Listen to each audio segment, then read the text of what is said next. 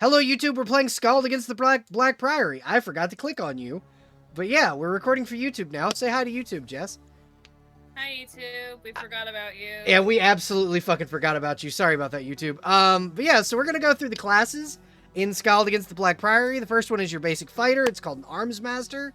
The Arms Master is a warrior that does not have a specialized feat tree. Instead, the Arms Master has access to all the combat-centered feat trees, and they start with extra development points to represent their martial expertise. Essentially, this is like your Battle Master fighter. The Battle Magos is a red mage battlecaster that is focused on fire magic. It's kind of like your warlock or your sorcerer. Then you got the champion. Champion is a cleric who excels in the use of blades and armor while still having limited divine spellcasting abilities. This is your paladin. This is what we're choosing. This is us. We're gonna be playing the paladin. Guild Magos is your standard mage archetype. Hierophant is your non-battle cleric, very very heal focused. Hospitaller is your standard D&D cleric that has a good amount of armored skill and can use light light and medium weapon types. Then you have an officer, which is a warrior type. This is your barbarian. They can use any type of blade or axe, and they can use any armor. Skilled warrior who serves as a force multiplier through their tactical skills, issuing orders, blah blah blah. Ranger is a ranger. I shouldn't really have to explain what that is. And then the thief, which is our only rogue class. You give. A ranger is a warrior with nature magic, and eventually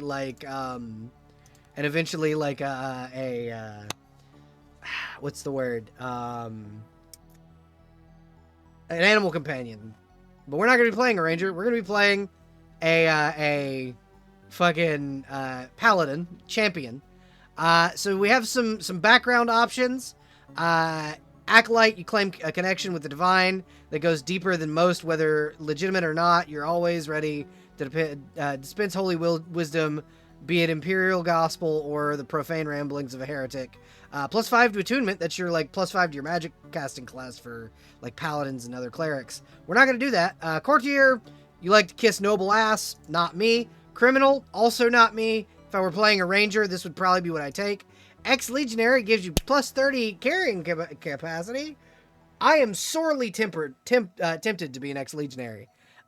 Guilder, basically, you're an ex-guild member. There's noble, which we're definitely not doing.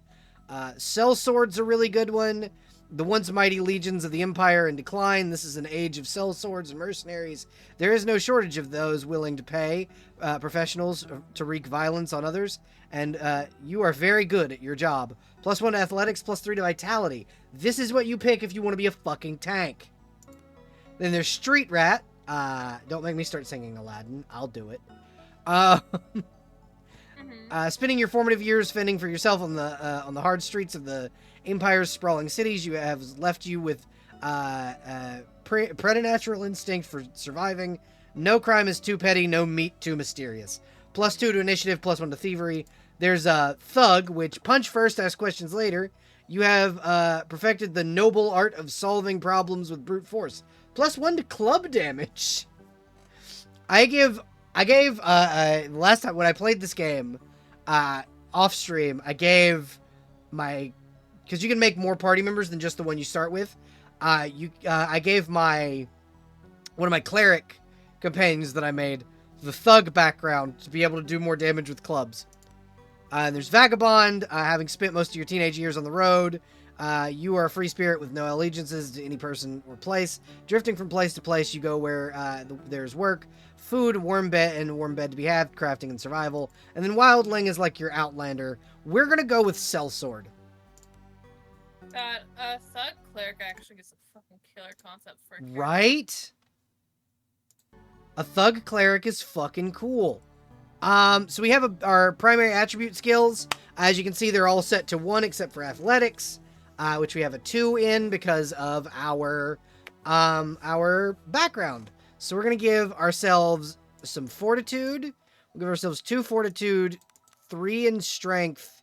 So that way we have those boosted up. Presence is like what we're supposed to build up. We'll put 1 in presence. That way we've got a good like ability to cast magic. I don't use a lot of magic as my character. I'd like to have lay on hands so that I can heal myself and like others around me, but it's probably the only magic I'm really going to use. And then we're going to put some in athletics. We're going to put some into healing. 8 athletics, 4 healing. And then we're going to put 1 into diplomacy. No, you know what? Actually, we're going to put some into lore. We're going to put 3 into lore. Because lore is important for later.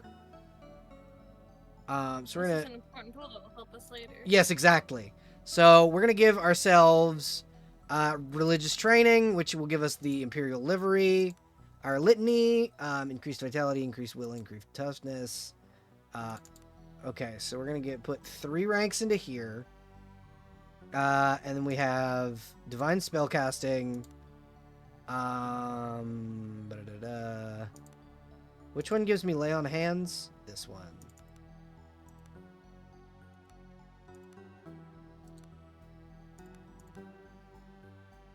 There we go. So now I have tier 1 spells from the body one. We're gonna take 1 out of that. We're actually not going. We're gonna put into arms mastery, I think.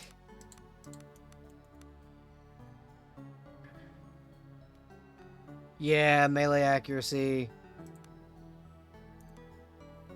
And then we're going to put 1 into shield initiate. That way we can get phalanx later.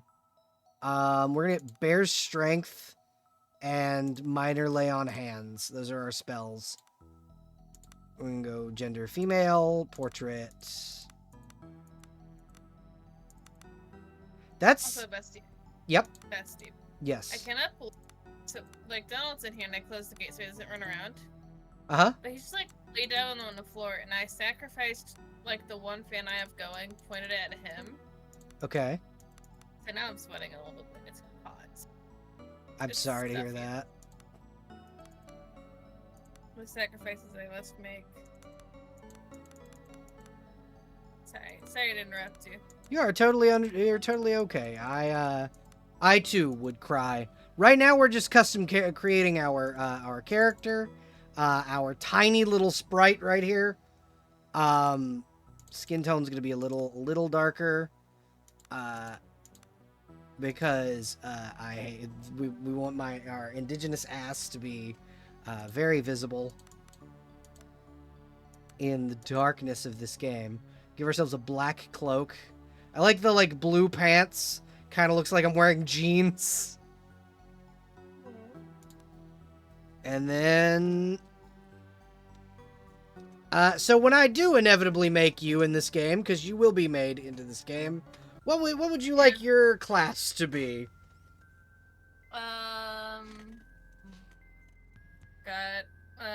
My sweet little ranger heart at heart is like just... Hell yeah.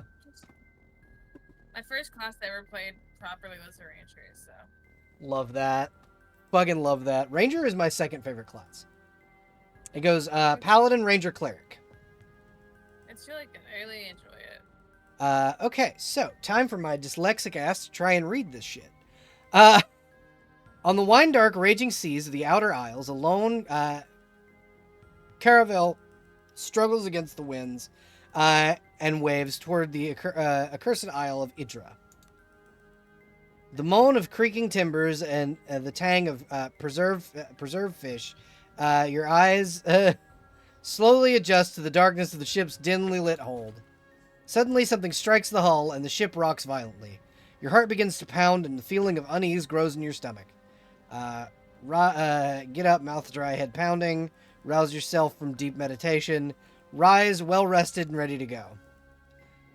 You get to your feet and become aware of agitated voices. You should make your way up top to get a bearing on the situation. Be on your way. Okay, so it's WASD controls. They're wait, no, let me. Desk with a maritime navigation map, a map labeled Outer Isle, the Outer Isles, and a course drawn toward the island named Idra. This is going to tell us that that we can get our items.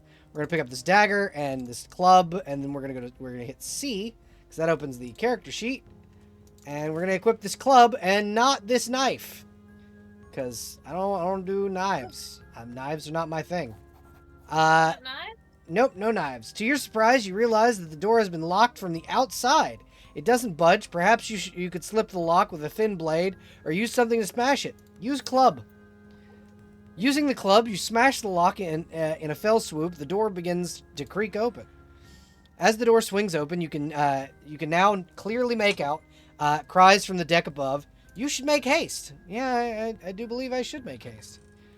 We get a short. No, make slow. Yeah, absolutely, make slow. So we got some stuff we can equip now. Fuck this club. We're gonna use a short sword. We have some leather armor and a helmet, which is always good. And then we're gonna keep these other items. We have a bow and some arrows. So inevitably, once we get you, you can have your little ranger blorbo can have a bow. Oh yeah. You stop dead as you narrowly avoid stepping in the rust-red puddle. The stench of blood fills your nostrils. As you look around the dim light of the hold, you realize someone or something fought for their life here. The same moment the thought hits you, a hiss sounds from the shadows. I keep hearing class names and none of them are rogue. Fantastic rugs. We know what we're making rugs then. We're going to make rugs into the rogue. That's a volunteer for a class. This is what I'm going to take that as, rugs. You squint toward the shadows as a hunched, feral-looking form slowly slinks forward. Jester, I didn't know you were already in the game.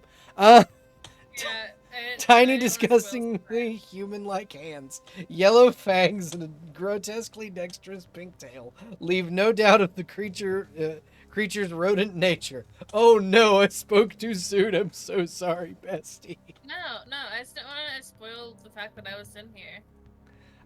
Though as it emerges from the shadows, it becomes abundantly clear that what may have started life as a common shiprat has now grown into something that has no right to exist. A second hiss from behind you, and the abominations lunge at you. Time for combat, bitches! Hey, but if you're gonna kill me before I even join your party. Begin combat. All right. You've infected me with a disease. Stop it! No, part emoji.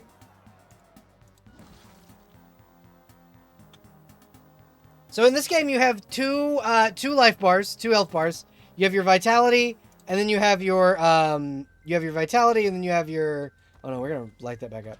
And then you have your like actual health conditions. You've contracted a disease. Your fight with the rats. You may see what conditions affect you by opening the character sheet. Click your portrait, or press C to do so.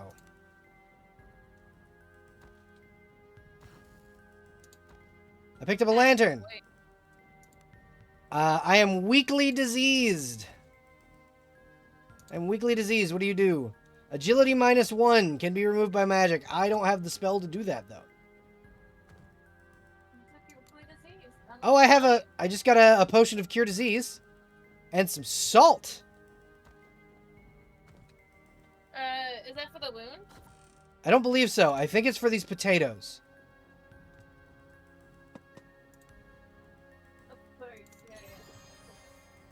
Okay, I've cured my disease.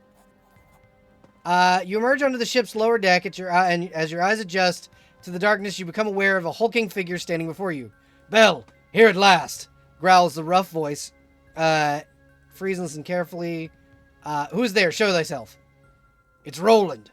Where the tides have you been? Below decks, planning our landing. Why? The island is in sight, but the damn guilders refuse to land. They want to turn back. If we turn back, we lose our shot at the girl. And if no one gets paid, listen here. I know your boys better than most. I know our boys better than most. We've hired them to go to Idra and kill. If we don't pay them, things will go badly quick. But the sailors are bloody terrified. They claim something is hunting us. Let's go, for all the good it will do. Wait, there's a few sailors up ahead, rattled as a pair of rabbits. Is there a way past them? There are 2 doors ahead. Take the left, and we'll use this. We'll be able to sneak past them without any trouble. Anything else I should know? Let's just get off this bloody boat. Motioning for you to take the lead, Roland falls in behind you. From above, agitated shouts can be heard. We can now level up Roland. Roland is one of the, like, NPC characters that like, have a name that we can get. There are very few of those. There aren't many, so...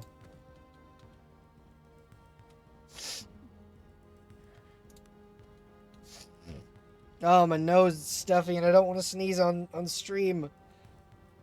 Coward. Coward. Sneeze on stream. Last time I sneezed on stream, someone clipped it. Simply, don't clip the sneeze.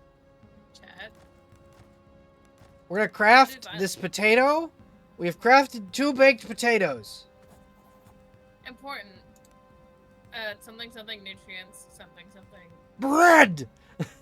Bread! I love that scene so much.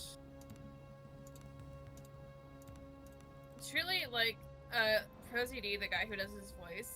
Yeah. Does it so fucking good. Shit. Diplomacy. Alright, we're gonna roll. We're gonna roll an 8 or higher. Aha! Success! Glory, you bring glory upon your ancestors. The men stopped dead in their tracks, seemingly shocked back from the momentary lapse of sanity. But your words, the pair blink toward you in a moment of indecision and then stumble up to the main deck full of tumult and seems to be to the tumult that seems to be taking place. All right, cool. We got out of there without having to fight those bastards. I did not succeed on that roll the last time I played this game. More salt. Can't believe my salt in the wound joke didn't land. Oh, it did. I'm just bad at it. Okay, so we're gonna pick this lock. Hey, we picked it. Masterwork short sword. Let's go.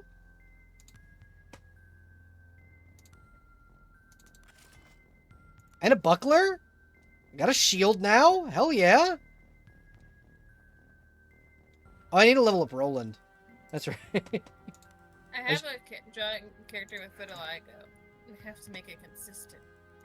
Curse me. Do bread for war. That sounds really good, actually. Bread? Bread. Bread. Bread! Not that Bread. kind of bread. Guys, Sword come on, initiative. you're throwing it away. He knows what to do with it. You don't. Right?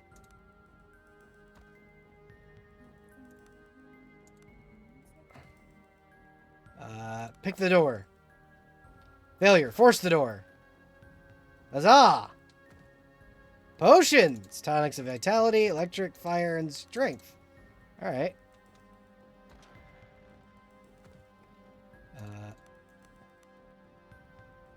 Inventory. We got a journal. Read. Reading on the last day of departure from the mainland, left Elder's Helm today with a full complement of passengers, mercenaries by the looks of it, paid well. Ship was dispatched by guild before we could fully restock medical supplies. Hopefully we won't need them. Then again, our passengers might make me uneasy. Written 5 days ago. Brawl in a mess. Had to set it nose. Men seem on edge. 4 days ago, 2 days ago. Yeah, we will read this later. But for right now... I think it's kind of poorly, to be honest. Oopsie daisy. What happened? Surely we won't need any medicine or anything. It'll be a chill trip. Yeah, exactly. You emerge onto the deck. You see two groups of men facing each other with weapons drawn. The ship shakes violently in the grip of a storm as lightning tears across the sky. Amidst the din of the storm, frantic arguments. You bellow for the attention of the assembled crewmen and mercenaries. Both the ship captain and the leader of the mercenaries that you hired, a coarse thug of a man named Estavo, turn their attention to you. They look ready and to use the unsheathed weapons in their hands at the slightest provocation. I'm going to address Estavo, the mercenary leader. I want you to read for Estavo, if you don't mind. Ah, shit, yeah, let me tab over it. Oh, good heavens. All right, I'm clicking the thing. It'll give you a bit of a delay, but I'll tell you.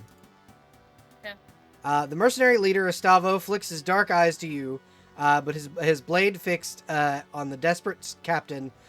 There's a reason he's known as Fireblood to his men.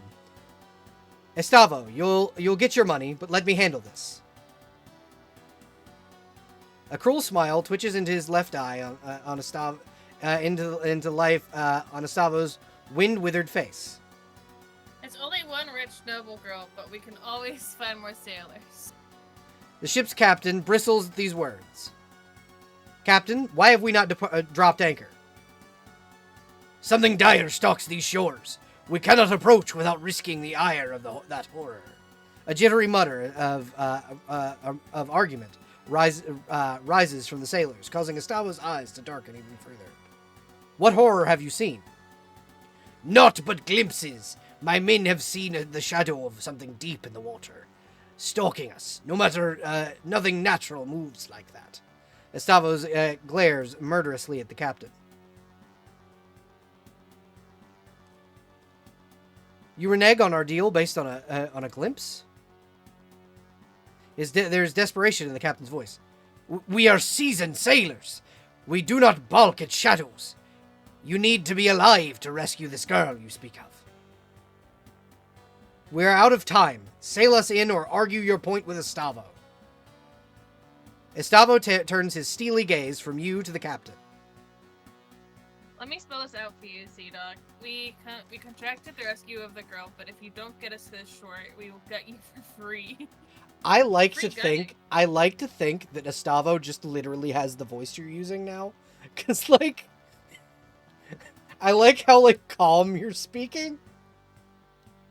Bro, be like, my muscles speak for me. What can I tell you? Yeah. The mercenaries you hired all shift their weight in anticipation of making good on that promise. Captain, he's right. Do what you were hired to do. Something changes in the captain's expression. He stands tall. I will not order my ship and my men to certain doom. We shall not get any closer. To the coast while I have command.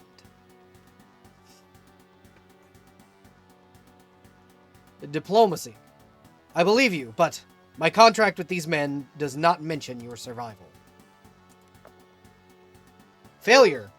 Well, shit.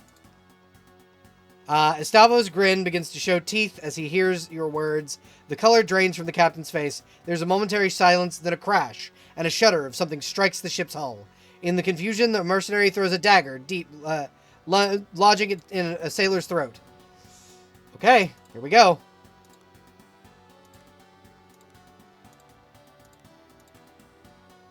Death or glory. God, just admit, like, God, imagine, like, oh, big, rough, scary voice. Nah, bro, listen. Do what the fuck we ask you to do. What the hell is wrong with you? Oh, they have a wizard. Oh, they have the captain is a wizard.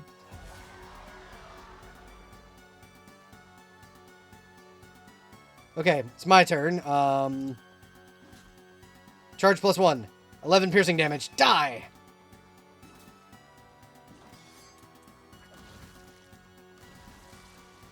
Oh shit, I got hit by... Oh my god, I'm very, very fucked if I get hit again.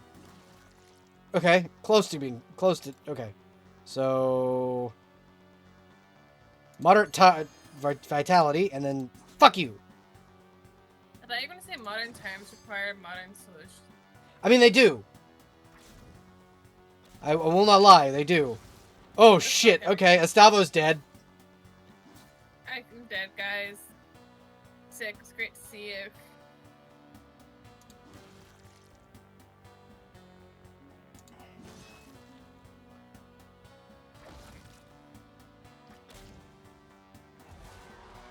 Damn, good game, guys.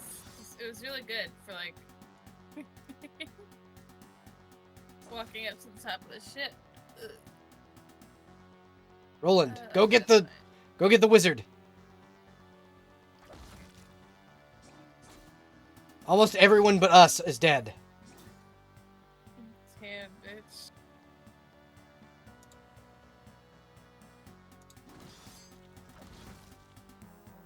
We defeated the captain.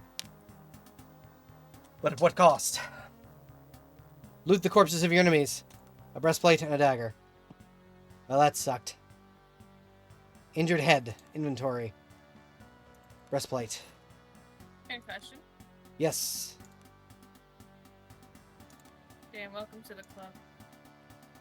We're gonna consume this lesser potion of vitality. And then...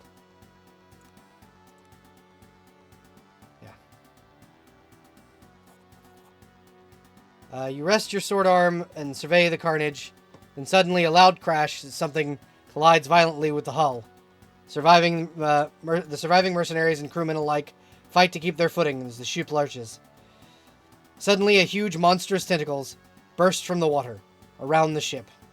For a split second before the terror sets in, you wonder what Gustavo must be thinking as these monstrosities loom over him. After reaching their full height, the tentacles curve inwards and smash into the ship. Some pierce straight through the deck. Others snap the masts as if they were matchsticks. You stand frozen in place. Through the haze of splintered wood and panic screams, you notice Roland. He throws himself out of the way of a tentacle, but begins to fall overboard in the ship. As the ship lurches once more. Go to Roland's aid. You dash toward the ship's fractured rail, dodging holes in the deck and wounded men, beseeching for your help. Roland hangs by one arm from the side of the ship. Try and grab him. You lunge for Roland's arm, but he loses his grip and your fingers close only around thin air. You missed him by an inch. He falls wordlessly downwards. You watch as he is swallowed by the raging sea. The ship is listing fatally, and you see the great tentacles high above you, poised for their coup de grace. Abandoned ship. You jump and hear the terrible rending of wood giving in to flesh. The impact of the water winds you, and waves pummel you down.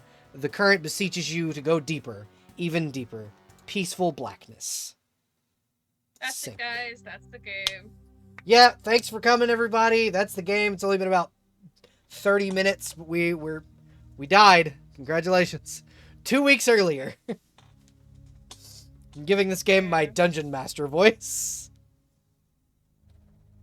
Good. I feel like that's how it was intended. Yeah.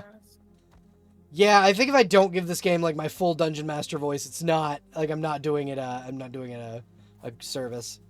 The guardsman dressed in the livery of the noble house of Bren. The guard scowls somewhat at you. Would you like to read for the guard?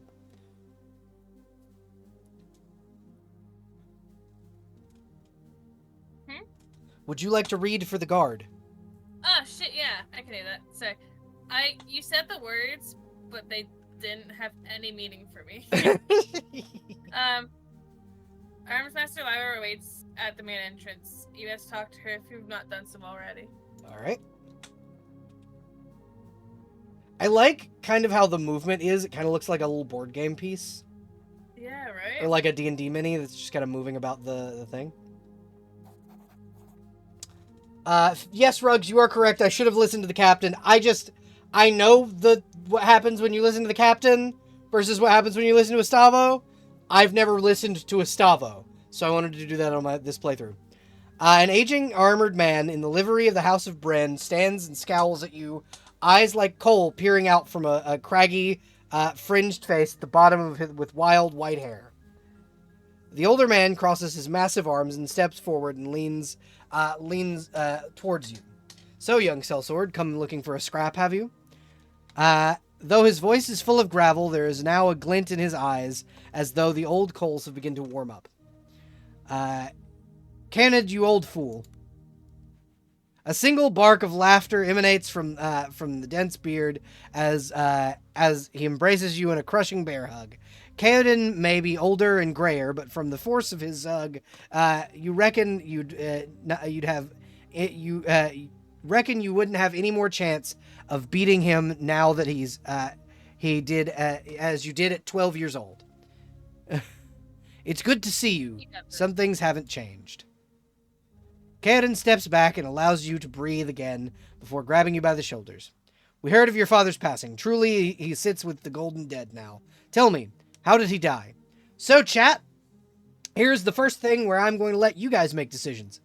1 for inglorious battle at my side, 2 for drunk and reeking of his own piss, and 3 for let's not dwell on the old wounds. Do you know why I'm here? Cast your votes now.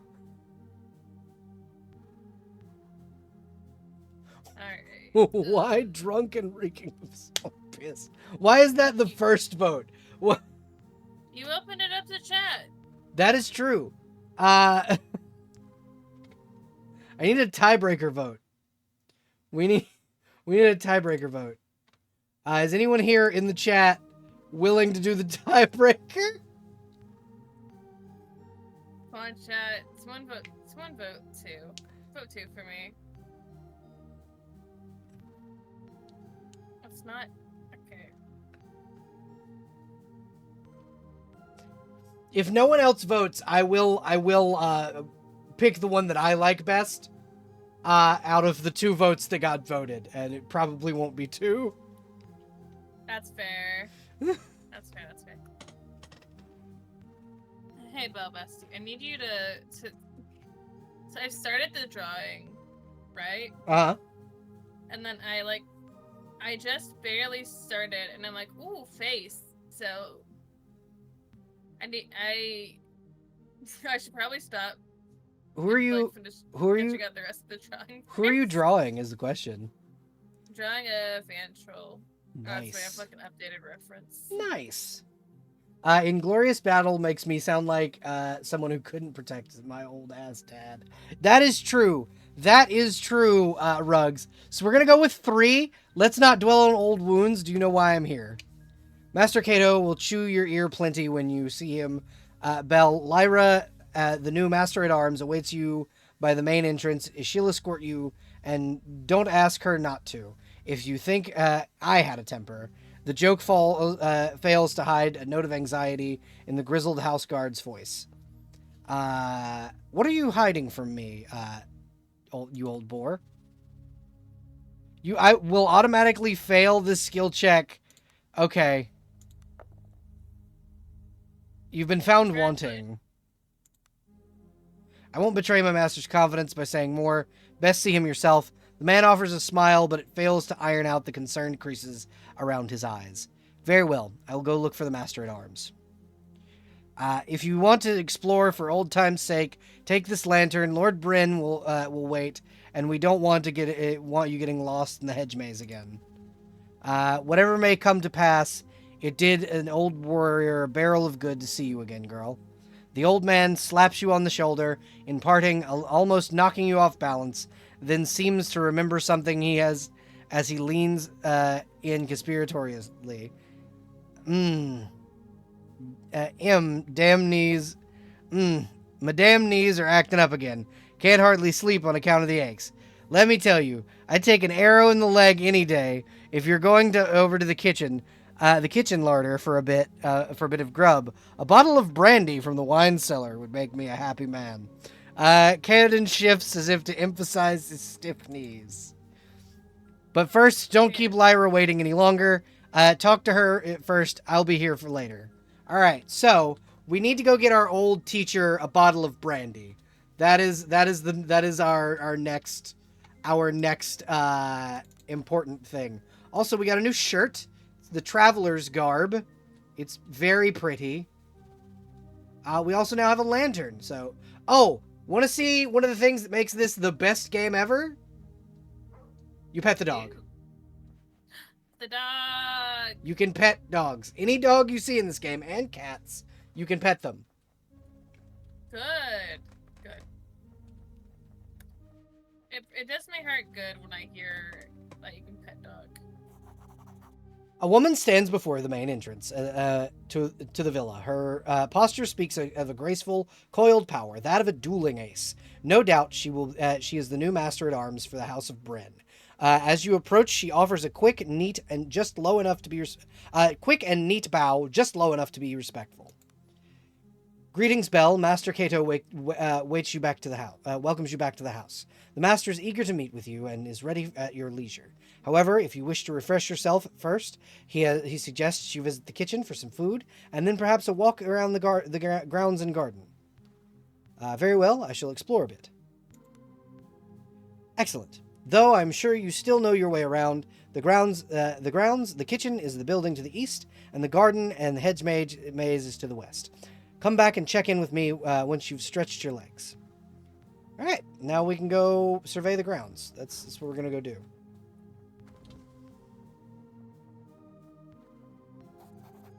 You enter the kitchen, and a pair of scullions offer a hurried bow. It is all so much quieter, emptier, and gloomier than you remember. Of course, the old Magda is no longer here. She used to be sitting by the oven, kind, red-faced, tending a shank of lamb. You remember the matronly woman as she sat, humming to herself, pouring over fat over roasting meat. Come here, child, come here, will you? Magna always would beckon, of kindness in childhood, where such qualities were few and far between. Have you eaten yet? Before you can... Magda clasps you gently with her tubby hand. Have you eaten yet? Before you can answer, she produces a small bundle of treats from her apron hands it to you. As a daughter to the master at arms for the great house of Brend, you did not go wanting, materially at least. Magda looks at you with kind eyes as you pick at the bundle. He's here again, down in the cellar. He's not so good, my child. Sleeping now, but it would be best if you got into bed before his men see him like this again. The knot in your stomach is real, as it is known when as it was when you were 12. I'll go get him. Don't worry, he won't make much of a fuss. He just needs time, you know. Belle, deep wounds take a long while to heal. The woman turns back to her meat and resumes her meandering hum. The sound of a man clearing his throat snaps you back to your reminiscing. May I help you, milady? The man in the chef's outfit offers in a hoarse voice. So, just as a heads up, there is another trigger warning that is coming up.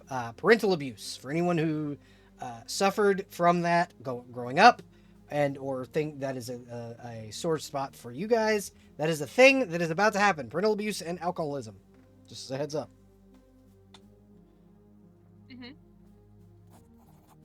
The chef offers a short bow and a tired but sincere smile. I am Chef Armand. My humble kitchen is at your disposal, milady. Sadly, I was told of your arrival only minutes ago, and my oven must be fired up again. You must be famished. Indeed, I am.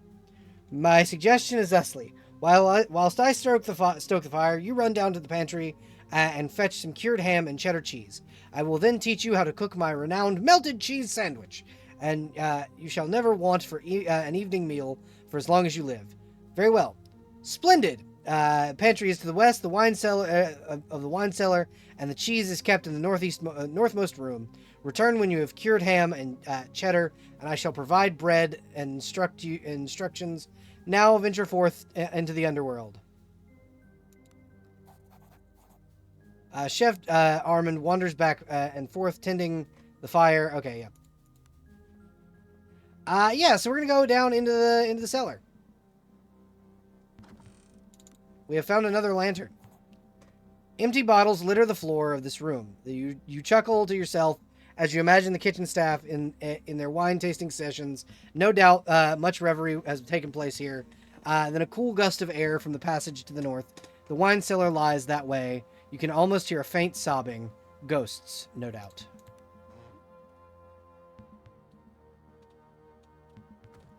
It's definitely ghosts and not just the employees taking a cry break.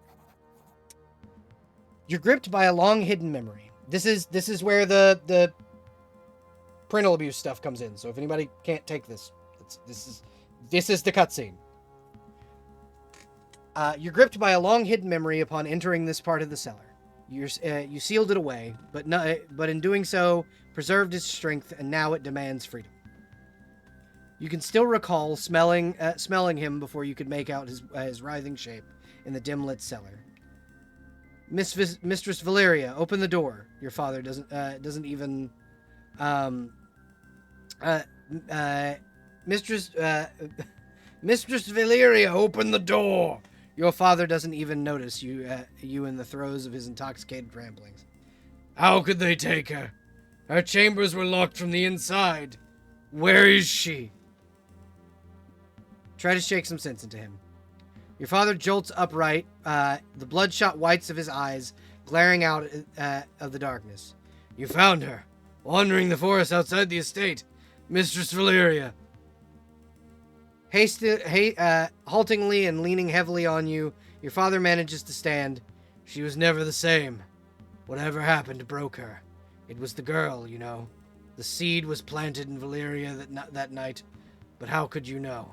You were but a babe yourself. You helped lead the now sobbing man out of the cellar. Stop it, father. Lord Cato trusted me, and I failed him. But Valeria was the one to pay the price. Mind broken, that spawn of a child. Your father's voice seethes in fury. Enough. Don't talk back to me, you bastard. What do you know about honor? As much as your harlot mother. Your father steps away from you unsteadily, tears streaming down his contorted face. We're gonna punch him. You draw a ragged breath and snap out of the memory, your knuckles white, you're alone in the damp cellar, and don't particularly feel like dwelling here. We're gonna... Wrong layer. Damn, sad memory, but also fuck, wrong layer. Yeah, no, exactly. We are gonna rob the cellar though. We are gonna rob this wine cellar. We're gonna take the brandy that was inside. Yeah, this game gets a little sad sometimes. Not gonna lie to y'all. This game gets a little fucked up sometimes. And we got some ham. We got a lot of ham. And some cheese.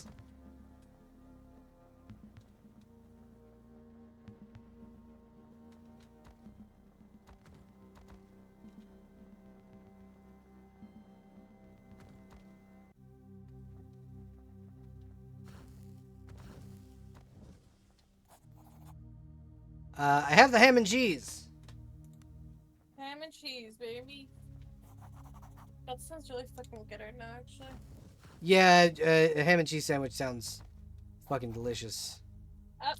1 second, I will return. Alright.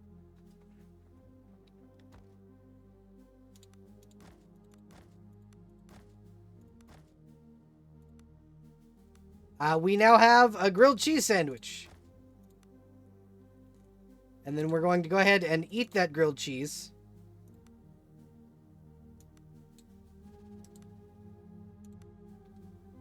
When we camp. Everyone knows you do your cry break in the walk-in. Damn right.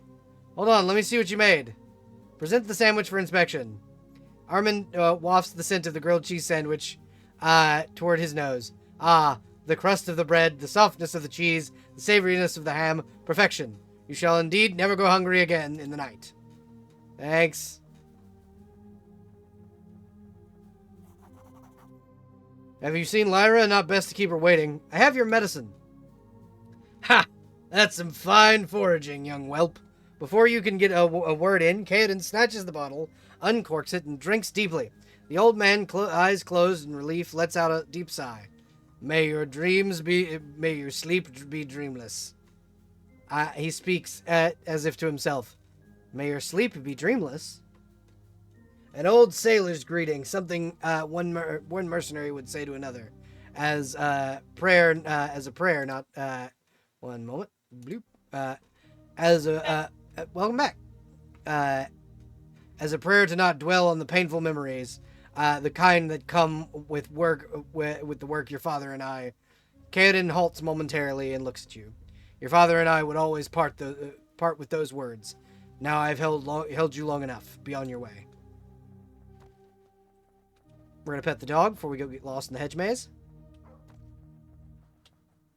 Get lost in the hedge maze for fun. Hedge maze. Oh look, two nobles. Charmed, I'm sure. Don't tell me you have an audience. Fuck you. You stand before the gate of the hedge maze. It stirs old feelings, both of dread and elation. The sounds and smells of the estate grounds, as they were long ago, call from the distant memory. You feel you could easily plunge into their depths. Let yourself go and remember. Which daydream is it this time? Are you valiantly defending me from rebels again? Embla throws a pine cone at you, snapping from your reverie. She is 10 years old, and you're a year her senior. Let's play hide and go seek in the maze. I'll hide. You faintly hear someone yell from her name from the distance. Only my mother calls me that way, Embla says, frowning. Where did you hear it from? Before you can reply, she flings another pine cone at you and darts off into the maze. Give chase. You hear a man's voice yell Embla's name again, much closer now. Either way, she's lost to you in the winding passage of the hedge maze. Your memory tugs at you, urging you into the center of the maze.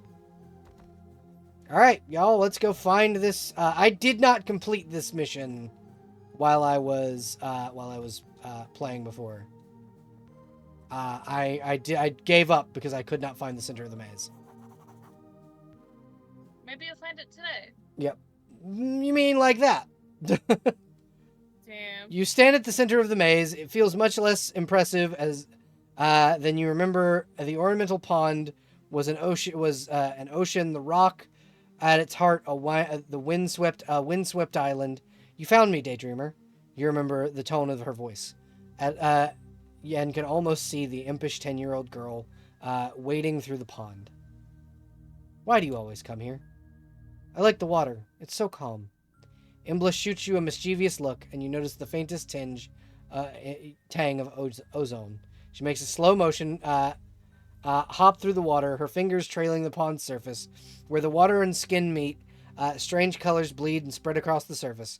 Embla, you'll get in trouble. Stop it. Embla moves her fingers across the water's surface like a painter's brush. Colors spill across the pond for a sleeping moment. Yeah, you fancy that you could see cloud-topped mountains, or was it the ramparts of an impressively large city, reaching toward the heavens. The silence is shattered by a shout along with the bugling images. Mistress Embla, the master requests you in the house immediately. That's my father. Something's wrong. It's mother. She's ill again. I think I cause it with what I can do. It poisons her mind. How long until mother isn't mother? Or until father isn't lord? Or your father isn't master at arms? How long will any of it last?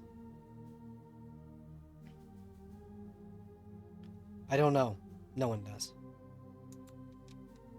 Do you ever feel like everything is a lie? Like there's a veil that covers everything, but in some parts it's thin enough to see through? Embla stares at your father's steps, breathily into the enclosed garden. Embla starts as your father steps breathily into the enclosed garden. He's red-faced from exertion and anger. Young lady, you can't run off like that. The whole estate is looking for you. Your mother is ill and needs you now. Your father shoots you a stern glance. I'll deal with you later. Embla says nothing as your father grabs her by the arm and hauls her past you. Back to the house. She doesn't meet your your eyes as you pass. You find yourself back in the present. A chill crept into your bones. You best move on.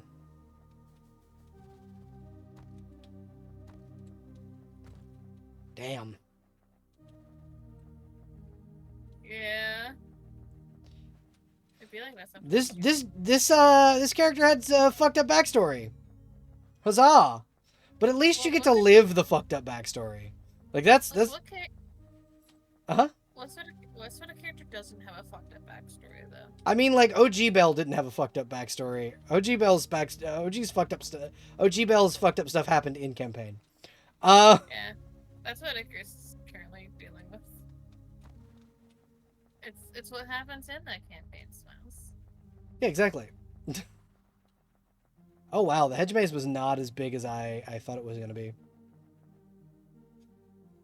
I couldn't find my way in, so I stopped. Also, you immediately finds the center. Yeah, exactly. I don't know, Rugs. I've only played the sellsword so far because it was the only one that really sparked my interest. But there are several other backstories, and you can play them. Yes, let's go see Master Cato. Very well. If it pleases you, the master is in his office just ahead. Note, yeah, once you meet with the master, things may move quickly, and you may not have another chance to walk the grounds. Yes, I remember the way. I suppose you do, but I'll escort you nonetheless. A flicker of a smile plays across her face as she beckons you forward to lead the way. Also, if anyone wants to play this game or buy it, and I'm not sponsored by this company, it's only $15. Like, it retails at $15. So, like, it's incredibly reasonably priced. Belle's endorsing it, but it's not sponsored. Yeah, exactly. I am endorsing the game. It's very good. It has some very heavy themes, as we've seen, but it's a very good game. The opulence is faded, the shadows longer. Clearly much has changed since the last time you were here. Try and remember how long it has been. It's been 10 years, perhaps decades since you were here. Not since your father was housemaster at arms. Not since you must have your wits about you, and perhaps now is not the time to dwell on painful memories. Not since your father's exile were you more than 12 when you were more than 12 when you were driven from the household. Hard were the years that followed. The mercenary's life is bloody and unforgiving. Those years stole your childhood, and eventually they took your father too. But your father had always insisted to his dying breath that his failure had been his own, that he had gotten the fate he deserved. The memories are painful, nonetheless. Be on your way. Flanking the doorway are two marble statues. The craftsman's ship is stunning, but the sight of the two women depicted fills you with sadness. Examine them. One you recognize immediately is Valeria of Bren, the mistress of the house. You remember her as a gray, ghostly, absent, unwell. The other statue depicts the girl you once knew well, Embla Bren, daughter of the house, and now woman grown, strong and clear-eyed. Her likeness has none of her mother's cowed timidness. How fares Embla? We should hasten to Master Bren. He's long been waiting for you. What of Mistress Bren? Mistress is vacationing in the countryside. Lyra answers. The mistress of the house is dead. I'm willing to bet. Oh, 100%. Vacationing in the countryside. No, she fucking isn't. Yeah, that bitch is 100% dead. That's like saying, oh, that animal went to a farm upstate. Yeah, exactly. Exactly. That's exactly the fucking energy that gives. Oh, you fucking stupid ass. That is the exact energy that gives. Cato Bren sits tall in a tasteful but modest reception room. He looks less imposing than you remember, and with a few more crow's feet. Nonetheless, he's lost none of his composure on air of casual authority. You take a seat across from the formidable desk from him. This study, like the rest of the villa, is half lit, giving a more morose cast to its opulence. The older man's face creases into a tired but genuine smile, which momentarily lifts some of the room's oppressive mood. It is a mercy to see you again, your own woman in your prime. Cato says before a frown consumes his smile. It's just a shame our reunion is overshadowed by the fates of those we love, but perhaps together we can yet improve our collective circumstance. So you know my father is dead. Cato leans forward, hands clasped beneath his chin. I shan't deny it. I was saddened to hear of his passing. Despite everything, I remember him fondly. No need to dwell on the past. So, playing this character like I would play Belle, she would not be angry that her father was exiled. That's just kind of the character. It's just kind of how the character is. Yeah. And so, kind of playing her the way I would play her in D&D, she would not be angry with him. But if I were to be playing, like, Tara, she'd have been fucking livid with this man. Good. Cato was caught off guard for a moment, but letting out a deep breath. Then the years have bestowed you with wisdom. I am glad. I am glad for it has forsaken the house of Bren. Why have you called me here? Imbla is missing. Cato's voice quivers momentarily, betraying his stoic feature. Now I beg of you, Belle, help me find my daughter. Help her return home, where she belongs. What happened to her? She left without notice a week ago. From the scant clues we had, we believe she boarded a ship bound for one of the outer isles, Idra. She went of her own free will. At the time, I thought little of it. Cato begins to glower. Since then, however, there have been reports. Grave ones. Reports. No one and no word has left Idra in days.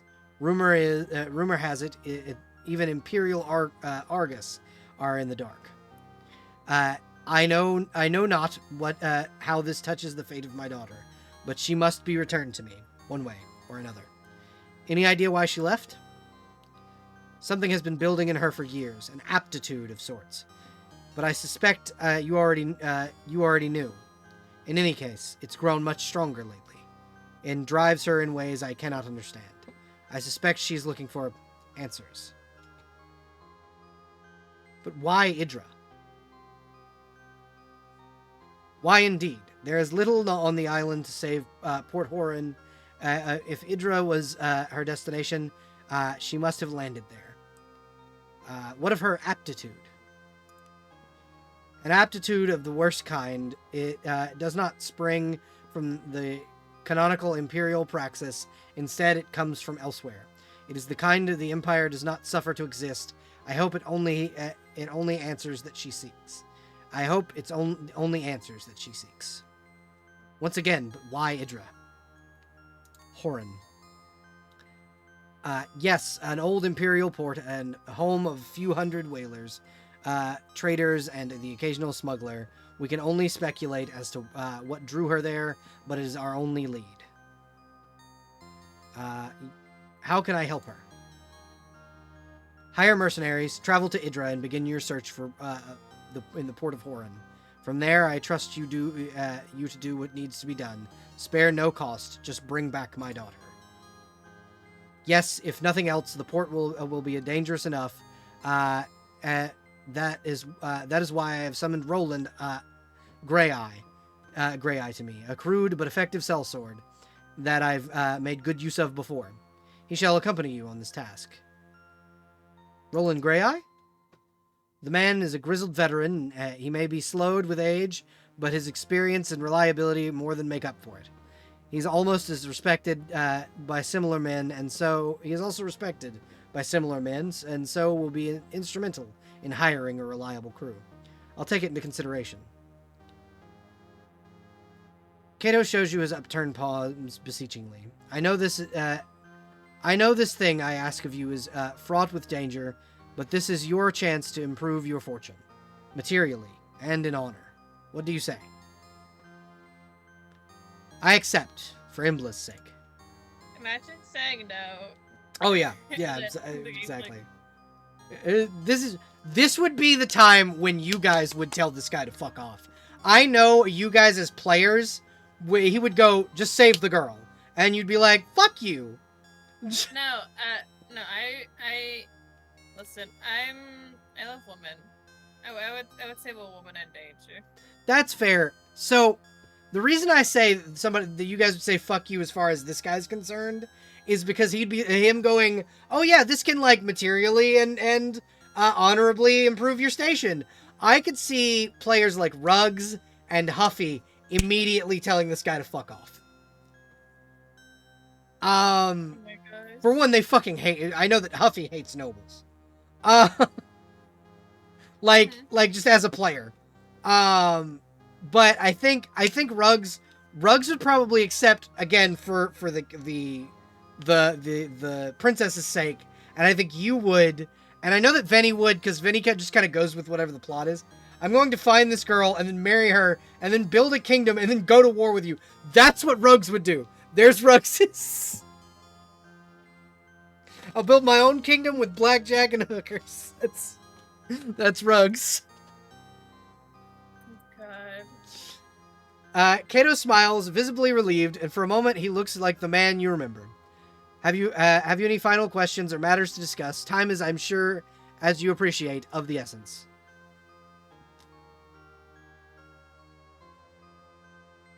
You have my word, Kato. Alright, so we've made it to Idra. We have leveled up, which is good. We're going to put some points into melee. We're going to put some points into body magic.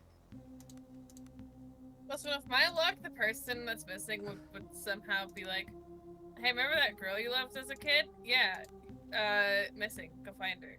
Yeah, no, that's literally what happened. That's literally what is happening right now. Yeah. Let's go get her. It is dark as shit right now. Slowly, you drag yourself from the cold water onto the relative safety of the solid rock. You try and fail to stagger forward, but as exhaustion washes over you in a great black wave, oblivion takes you before you can hit the rocky ground. You are awoken by the cacophonous cries of gulls circling you. Your body in a mass of pain and exhaustion, covered in 1,000 cuts and scrapes, with large white birds gather around you in eager anticipation of what a magnificent feast your bloated corpse would make. Not today, birdies! In minutes, perhaps hours, pass. You lay unmoving, trying desperately to will some warmth back into your body. Finally, you manage to force your eyes open. By some miracle, you are not only alive, but you find yourself on the shores of the cursed isle of Idra. Strewn around you is the wreckage of the Zypher. You see no other survivors, lest you find equipment companions soon. You may have cheated death in vain. Your character is critically injured. That means you have taken enough damage to reduce your vitality and wounds. The green bar under your character's portrait represents your vitality score. Is a buffer to the wound. Yeah, wounds are your health. Vitality is like your armor. We have a shit ton of injuries. We are all fucked up. We found some stuff. A wooden doll and a pitcher. We're gonna go and continue to investigate. See if we can find some... Oh, hey! We found some attunement tonics. That's good. Damn, it sounds like the game's like, here, bud.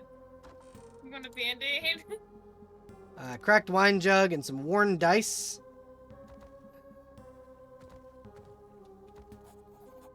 Wading out of the freezing surf, you lose your footing on the slick stones and fall on the heavy ground. There's a sudden blur of movement in the corner of your eye, and as you frantically try and get up to your feet, you slip again. Standing above it on a large rock is a woman dressed in nautical guild livery, wet auburn hair curling in her face in the cold wind. She has a short bow. She has an arrow cocked on a short bow, and squint up at you. You recognize her as a woman's face. Mercy. The girl scoffs at you. You're just like the rest of them. Step on any neck so long as it gets you a leg up. Is that it? Red face. 12. I was when they sold me to the Nautical Guild. Did you know I'm listed in their records as an asset? A bleeding commodity used... You were a slave? Shut your bleeding mouth before I put an arrow through your neck. She draws the string back even further, and for a long moment, you think she's going to let loose. Instead, she sighs deeply. One way or another, you did buy me my freedom. I'd be a cursed woman for putting you down as thanks. Even if I'm stuck here on this bloody island for now, I'll tell you what. Help me get away from here, and I'll consider us even. You can start by telling me your name. Katiana is my name. The crew calls me Kat. Or rather, they did, I suppose. She looks up and down the beach with furrowed brows. Listen, you have to get up. We need to get off this beach before you freeze, or worse. There's something wrong about this place. Can't you feel it? like a taste in your mouth. And there are beasts, huge sea creatures I ain't never seen afore. I saw them dragging the dead crewmen into the cave west of here. At least I hope they were dead. Cat shudders. What do you suggest? We need supplies and shelter. There might be salvage to be had amongst the wreckage on the beach. Also, I think I spotted a chimney of a house just north of the cliffs and a warm fire. Some food would go a long way. Cat offers her hand and drags you to your feet. She looks pensively toward the west. Also, as I said, there's a cave west of here. I think the crabs dragged most of the corpses there. But what if they're not all dead? Might be survivors like you and me. What's more, there's a chance of the officers was carrying the seal when the boat sank. If we can find it, the Nautical Guild will give anything to have it returned to them. Seal. The captain's seal. It's a medallion of sorts that is carried on every guild vessel. It's not just for show either. They say that the seals are forged by the Magi, that they have secret powers, and I don't know nothing about that. All I know is that the guild pays well to have a return if a ship is ever lost. It's always worn by one of the officers, but I don't think the captain had it on him when the fight broke out. Must have been the first mate was carrying it, and I think he was still alive when the ship sank. So I would say that cave to the west is where we should start looking. You ready to go? Yeah, let's go. Good. I found a bow in a cargo crate.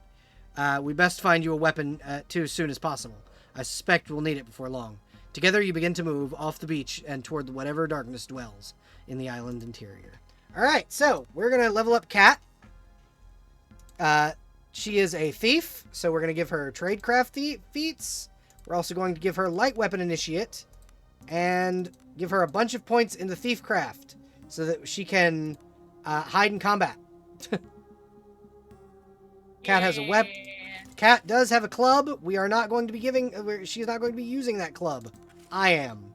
You said that's my club, actually. Fuck you. Yeah, until I can find a better weapon. Oh, hey, another club.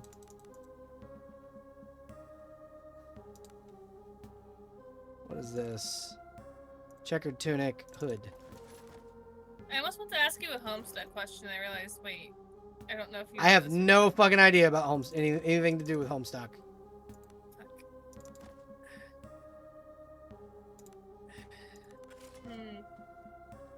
Ruggs knows a bit. Right. I don't know if you're gonna know stuff. Do you know? So Jade Harley had a gun.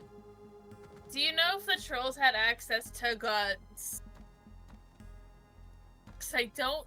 I would assume if one of them had a gun, many might have had a gun. No, Jade was a human on Earth, not Alternia, where the trolls are. Fuck. Trezzy had the fucking cane sword. The stench of rotting flesh and the stench of rotting flesh fills your. You're all right. Yeah. Rugg says he's fairly certain. Yes. Ahead of you, grotesquely misshapen crustaceans. Horrors feast greedily on corpses of the dead. The dead crew, the blasted horrors cast cat spits through gritted teeth. What manner of force has spawned these creatures? Oh, those are some nasty looking buggers.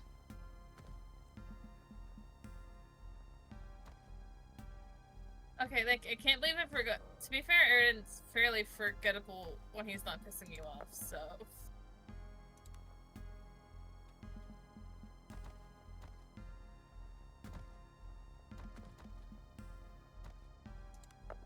Hey, I found a member of the crew. Maybe we can talk to him.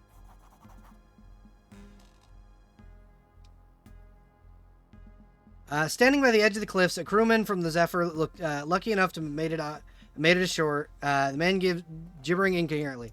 Okay, so we found one of the crew members. Hopefully late. Oh, hey, a bed. Okay. Forage. Yeah, train. Begin rest. Belle is too hungry to work. Cat is too hungry to work. All right, so we are going to rest in this bedroll that we found. Finally, examine the seas.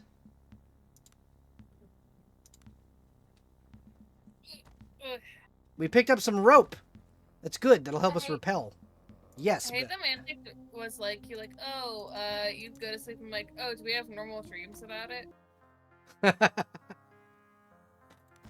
No. What are you talking about? Normal dreams? You're not allowed to do that. Normal dreams, you know the type. You're not allowed to do that. Normal dreams? No. Not allowed. Well, just because you gave my character a near-death experience once in the dreams doesn't mean nothing. Eons worth of sea ravage upon the land has given birth to this cave. From its depths, a stench of seaweed and rotting flesh rises. So foul it is that it feels like something evil, some evil entity attempting to force its way through your pores of your skin. Yeah, we'll try not to vomit. Success! You bring glory upon your ancestors. I do love that they make you roll this like 2d6 system. That's pretty dope. Stealing your resolve, you manage to calm your breathing through the stench. Though the stench persists, you manage to push the image of the foul things in the darkness, feasting on spilling entrails of swollen sea corpses from your mind. You carry on into the darkness.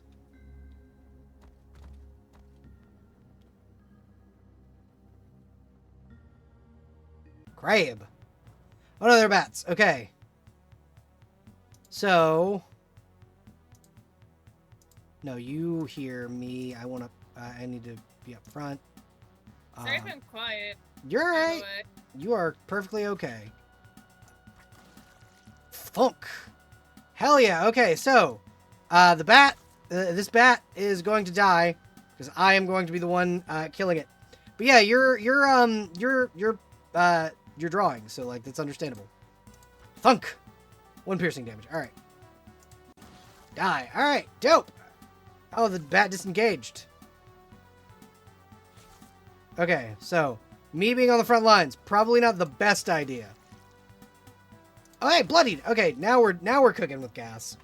The combat in this game is simplistic but fun as fuck. Good. If you kill enough of their like companions, they become like they panic, which is pretty dope. Not gonna lie.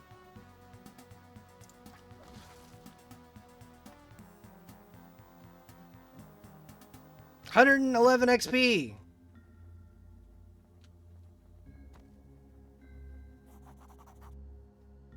You had nearly grown accustomed to the foul stench that your senses with renewed vigor rolling out Eastern Passage. So many black tendrils probing their way into the very core of your being. Whatever lies ahead must be at the center of the rot that permeates this pit. Oh. Okay, roll good. Glory to my ancestors. I rolled a 12. 2d6 plus 2.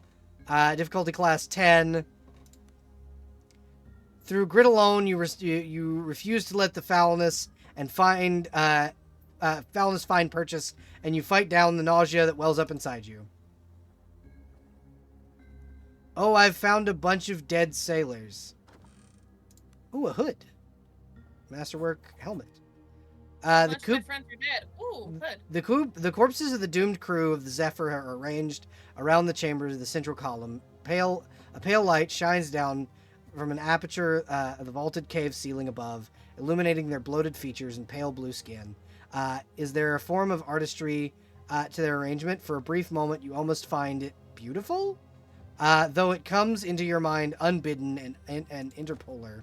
Stepping between the corpses, you spot a man who immediately recognizes the Zypher's first mate. Around his neck, a sturdy chain glimmers, and you carefully fish it out. Strange octagonal amulet, richly filigreed and with a navigational rosette, the Nautical Guild carved on it. This is no doubt the captain's seal, and is apparently an item the guild will pay handsome for if returned. As you pocket the amulet, you become aware of movement in the waters around you. Strange, stalked eyes regarding you as several chitinous horrors emerge. No doubt the abominations came to feed on the flesh of the dead, or the living. Fuck it! Attack! The abominable creatures snap their claws greedily as they advance toward you, no doubt intending to make your party their gruesome display. Yeah, that's fucked up, dude. What the hell? Pope. We'll stand here and then begin combat! Thunk!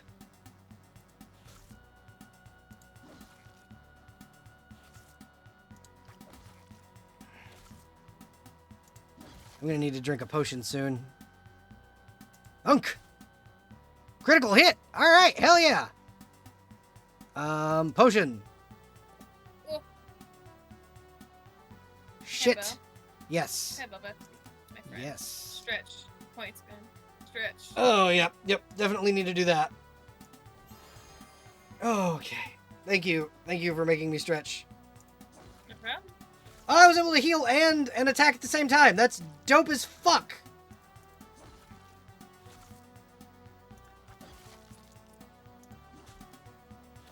Oh.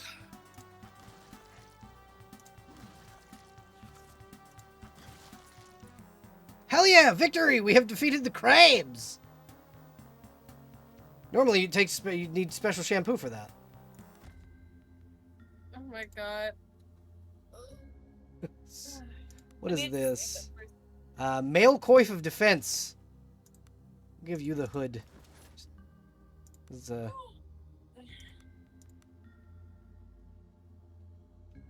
My poor foot was about to fall asleep. I'm like, damn, is it 'cause I've been sitting weird for so long? yeah, it'll do that. Yeah.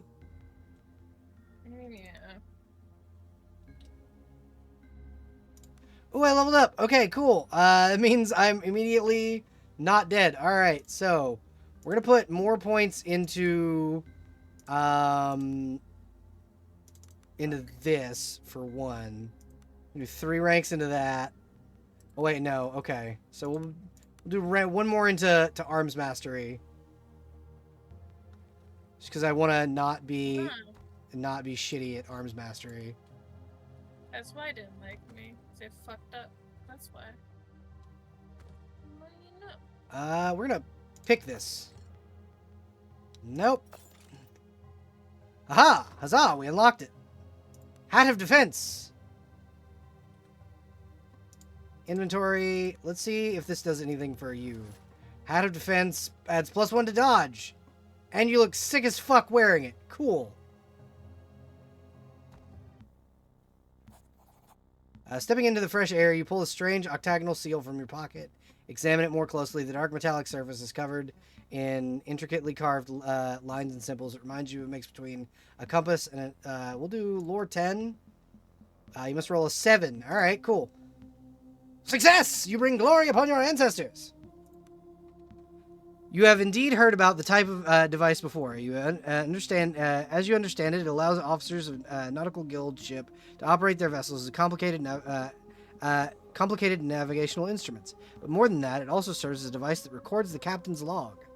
No doubt, the information stored inside this device is its true value to the nautical guild. The Zypher was sunk by an unknown horror. The guild would pay dearly to learn more about such a dire threat to its operations. Then again, you did play a role in the ship's demise as well, and that information might be gleaned from the device. You feel the weight of the strange device in your hands. For a moment, you're back on the deck of the Zypher. Monstrous tentacles rise above the ship like strange alien towers. Terrified, screams fill the air. You shudder. Cat's voice snaps you out of it. If we ever get off this bloody island and back to the mainland, the guild will pay to have that returned. All I ask is that you remember who told you about it. Don't worry, we'll split the coin. You can keep the coin. All I want is to be done with the guild. Be free to wander as I like. Maybe wander up to my brother and stick a knife in his fat gut. Your brother? Aye. 'Twas my older brother who sold me off to the guild. I was bloody 12. 12 years is what I owe him on account of that bastard. I've already wasted 10 years. Her voice breaks for a moment before steel creeps back into otherwise soft features. Like I said, gutting the bastard will go a long way towards setting things right. And the amulet will help you somehow? Sure, if I'm free enough now, but the guild doesn't like to let their assets go. and they have a way of catching up with those who jump ship. Even someone as lowly as me, dangling a recovered captain's seal in front of them is exactly the kind of thing that might sway them. We'll do what we can. I'm liking you more and more. Let's start by getting off this bloody island alive. Well, that would be a thing that we'd be doing if I didn't need to go back into this fucking cave. Because right... Sorry, Vesty. Cave time. Yeah, it's cave time.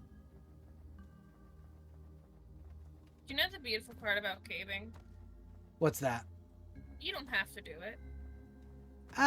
You don't gotta go in a cave. I don't have to, but if I want to save the if I want to save the men... I guess true.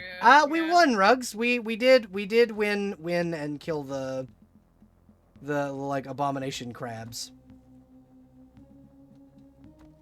Oh, are they not unlike the machine ones we had to fight? No, unlike the machine ones. You guys were fine, I think. Can I shoot this thing from here? No.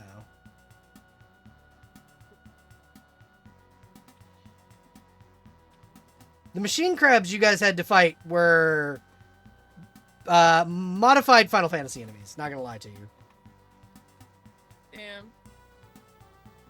Can't believe it.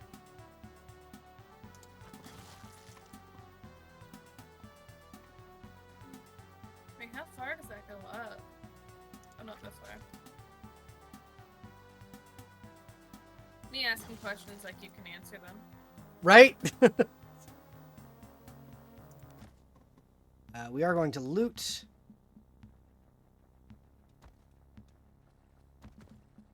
Oh, hey, we found things on the beach. A fork, a scrimshaw, and 3 gold. Yeah, it was less boss mechanics and more like, just, enemy mechanics. Specifically from Final Fantasy XII, aka the best Final Fantasy game. And this is true? In my opinion, yes. Okay. This is true in the opinion of one fucking nerd who really loves Final Fantasy XII, and its nearly bare-chested twink protagonist.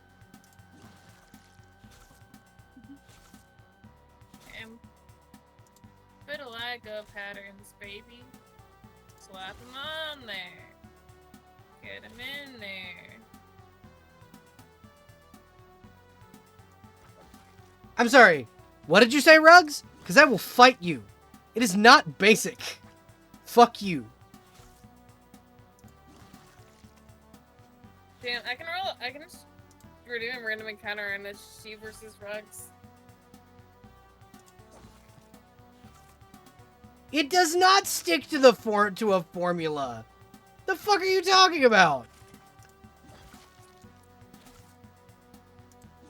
12 was the one that basically played like an MMO.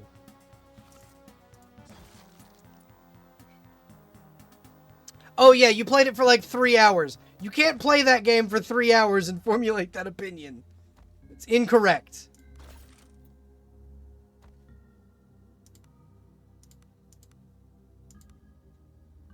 Hey, my armor that I had on the ship. I found it. I can actually tank now. Woo, look at you go. And my lantern!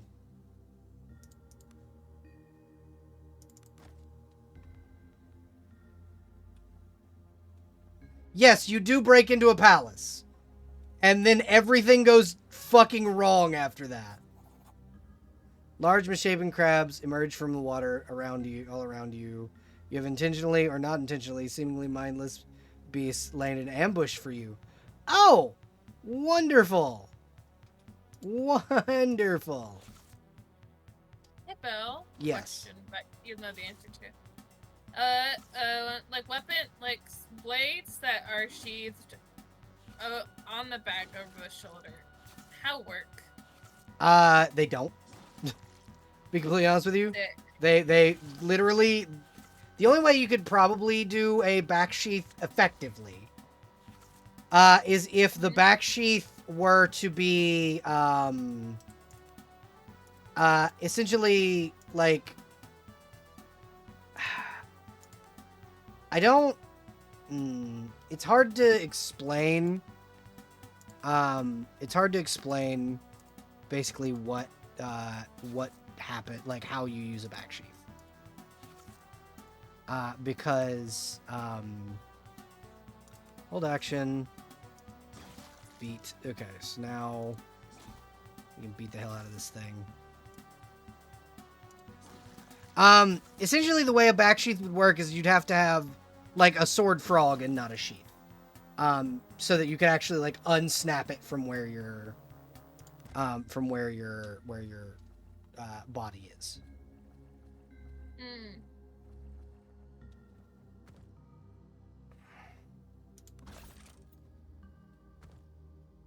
Oh, hey, cure disease and cure... Okay, cool. Who goes there? A haggard man dressed in the livery of the Nautical Guild. Apprehensively, in the corner. The small chamber. Apprehensively in the corner of the small chamber you're standing in. His lips are dry and cracked, and he appears to be parched. I have found a way out. Curse me, I have to get out of this hole. I don't even know how long I've been in here. Days? Yeah. Explain the way to the exit. He departs. The desperate man wastes no time scrambling past you. That was Ari. Cat seems flustered. Poor bastard sounds like he's losing his mind. The way he's talking. Trapped down here. For days? He's an arse, but he doesn't deserve that. None of them did. From there, do you either steal an airship or... You go to jail, but immediately break out.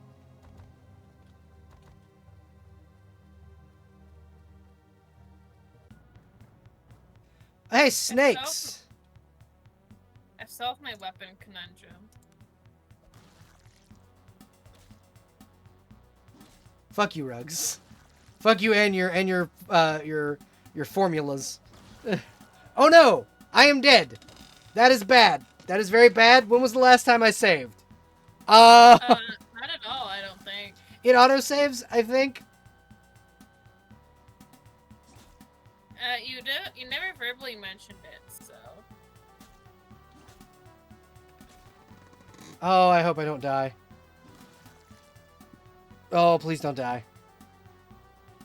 Ah, okay. There we fucking go. Kill it. There we go.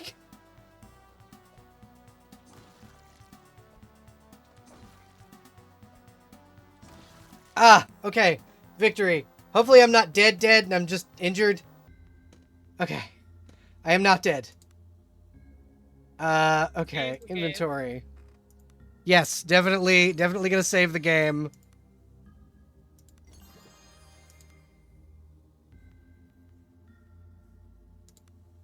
Spells. Minor lay on hands. Oh, okay.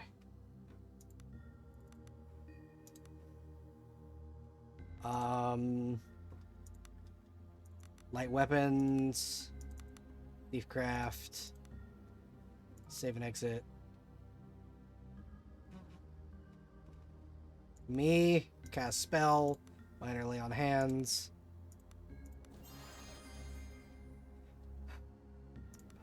Cast spell. Minor lay on hands. I gotta keep healing myself. But yeah, so Rugs,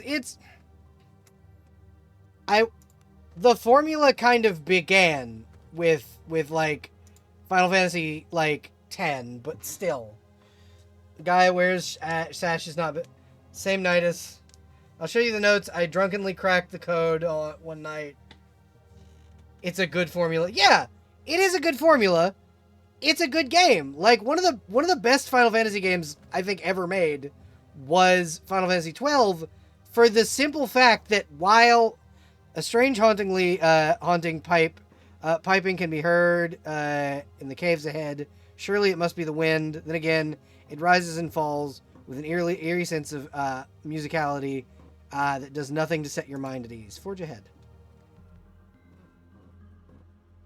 I'd say that, like, the formula that 12 follows is more the formula that was set forth by,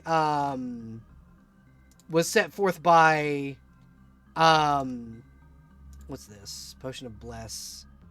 Adds condition blessed. Okay. Was the one set forth by, Final Fantasy X.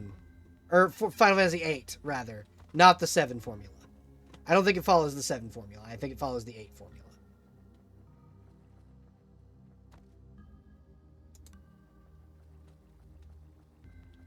Because 7 and 8 both had a formula, but 8's was, like, a lot more similar to, like, 8 and 9 and had a different, like, way things happened than 7 did. Because 7's was a lot more heavy plot driven, whereas 8 and 9 gave you a lot more time to side quest.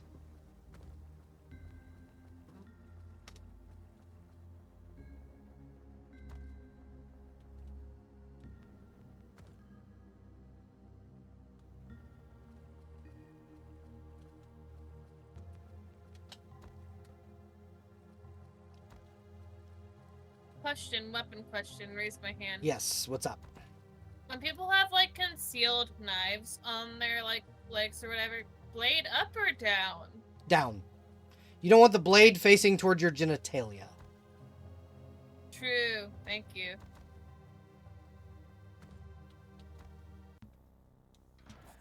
And just imagine myself walking up to you, like a little kid with a joint. Help! Weapon up, down? So you turn the knife down that way. That way. So, because the other thing is, if you have a knife specifically on your inner thigh, like if you're carrying it on like a strap, and it's in your inner thigh, if the blade is pointed up and you're trying to sheath it, and you miss, you're not stabbing like your knee, you're stabbing your carotid artery. Jesus Christ. So, like, you stab yourself in the knee, okay, that hurts. Granted. You stab yourself in your carotid, you're gonna die. Have you considered I'm built different? Rug says, true, my favorite part of any Final Fantasy is the disc 4 switch up. Again, go fuck yourself. Yeah, also gravity. As far as Rug says. Gravity, it will pull down and you will drop your knife. The small farm, overgrown and derelict, it appears to be abandoned at one point. You muse this must have been a quaint place, a good spot to raise a family, perhaps. Suddenly, as if summoned by your very thoughts, the faint and unmistakable sound of children's laughter is carried on the wind. The sound of oddly distorted with a strange echoing quality, and for some reason, it chills you to your bones. The sound is interrupted by a woman's cry of pain, perhaps sorrow. Alright, maybe, just maybe, we could sell some shit and get some new stuff. Ooh, a pumpkin! I think I'm stealing these, but, like, fuck it, I need food.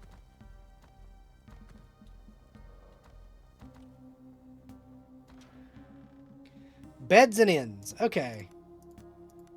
We can manage our party and it beds. Oh. We can actually rest.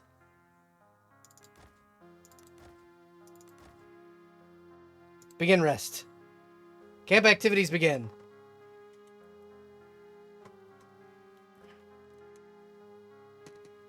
Party has rested 8 hours and partially recovered. Now we're sleeping another fucking 8 hours. Begin rest. Hey, were those people that just showed up to the island? I think they're sleeping. Well, this is an abandoned house, so we're resting as much as we fucking can. Just ahead to the west is covered in seaweed. It is also looks familiar. Instantly, you realize it is your luggage from the Zypher. Oh, my equipment from the Zypher. We're gonna loot it, cause fuck it, I want my stuff back. All right. Scale mail. This one's better. Can you can't wear scale mail, can you? Tabard clothing. I like the clothes I'm wearing, actually. I like the checkered tunic. So we're going to keep it. I am, however, going to take this fucking fine mace. Because fuck that club. Hey, look! Crow's in the game. There's a scarecrow right there. Wow. A blood-curdling howl cuts through the fog. Whatever it is, the source, it is not far away, and it sounds dangerous. Yeah. We need to get, Oh, hey, a person! A lanky man with skin like sun-dried leather stares, slack-jawed at you. He is dressed in rags with a wide-brimmed hat and a large bundle of scraps slung over his shoulder. Do Banslow's eyes deceive him? More ghosts? Or did the sea spit you back out alive? Not many are that lucky. Your eyes fall on a crude spiked club that hangs at his belt. Who are you? Baslow makes his living picking at what the mother of the maelstrom does not swallow. It has been rich pickings as of late. Crates and barrels and even odd fleshy morsel. The man bears a row of blackened teeth in what you assume is a smile. Rich pickings? Listen, Baslow has a proposal for you. Sure's bursting with bounty today. Man can make a fortune if he sets his mind to it. Better yet, no need for Baslow to risk his hide. You seem fit enough. I've got coin, I'll buy whatever you bring me. Might even have a piece or two to sell if you're interested. Just beware them clippers. Very well. Baslow will be warming his bones in the old abandoned farmhouse, right behind us. We'll see. The man slinks off to the fog, heading north. As the fog, yeah. This man was probably the guy who stole our shit. He might be angry that we stole it back. We'll see. Okay, well, fun fact, I've decided not to do. Uh-huh. There's the one who cheated Mother Maelstrom, loaded with trinkets for old Benslow, perhaps. There might be some fine coin in it for you. The old man shakes a worn leather pouch at you that clinks with the sound of coins. Stay as long as you like. Just don't drink the water in the well. The fireplace casts a warm glow. Piles of old fish bones, broken furniture, the trinkets that litter the rain. Let's trade, Baslow. All right. So we're gonna sell some shit to Baslow. Not a lot of stuff, but some stuff. We're gonna sell this astronomer's journal. We're also gonna sell these rags because I don't need them. And this brandy because I'm probably not gonna drink it. We'll keep the hood. Keep the guild seal. Sell all this chitin.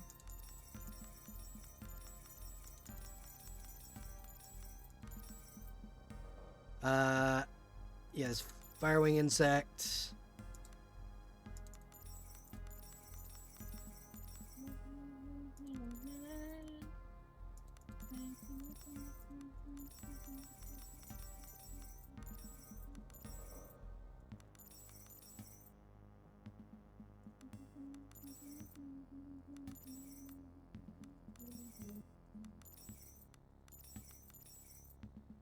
All right, so we've sold a good bit of stuff, gotten rid of some stuff in our inventory, and now we can get some better equipment. First and foremost, I'm buying the shield for me. I need to buy a bunch of fucking arrows, so we're gonna buy just a bunch of arrows. I think we're gonna go for like 50 if we can. I'll sell him back the rope. Crude longsword, crude mace, crude short sword. We'll buy the crude short sword, I think. Well, no, accuracy minus, but yeah, we'll buy the crude short sword for our archer friend. So that she can have a melee weapon. And we'll put the shield on us, that way I don't fucking die out here. You considered it's just not bad.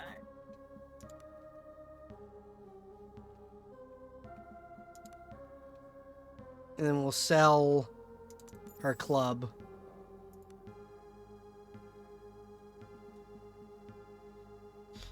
I miss my fine my fine sword, but it is what it is. It's fine. Wait, did he have leather armor by chance? Like, did I miss whether or not he had leather armor? So I want to buy Cat some leather armor. No, he didn't. That sucks. All right. So our archer will go without armor for now. Just long enough for us to. Okay. You're not already. If you've not already done so, yeah, I've already done the level up. Thank you, game. Another light club.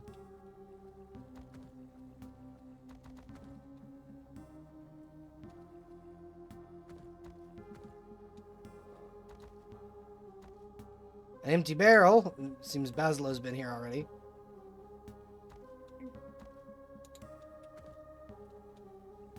Hey, another dead guy. My thoughts immediately went, I think, to like what the one guy in the fucking who got lost in the cellar and just drank everything. Right? Look, if your friends are gonna, your quote unquote friends are gonna trap you in a fucking closet, you might as well make the best of it. Right? Fucking alcohol. Okay, so we have made it essentially to some semblance of civilization. We do know that we're not supposed to drink from the water in the well, and we know that there's something not fun out in the wilderness. So we'll figure out what's going on with the well.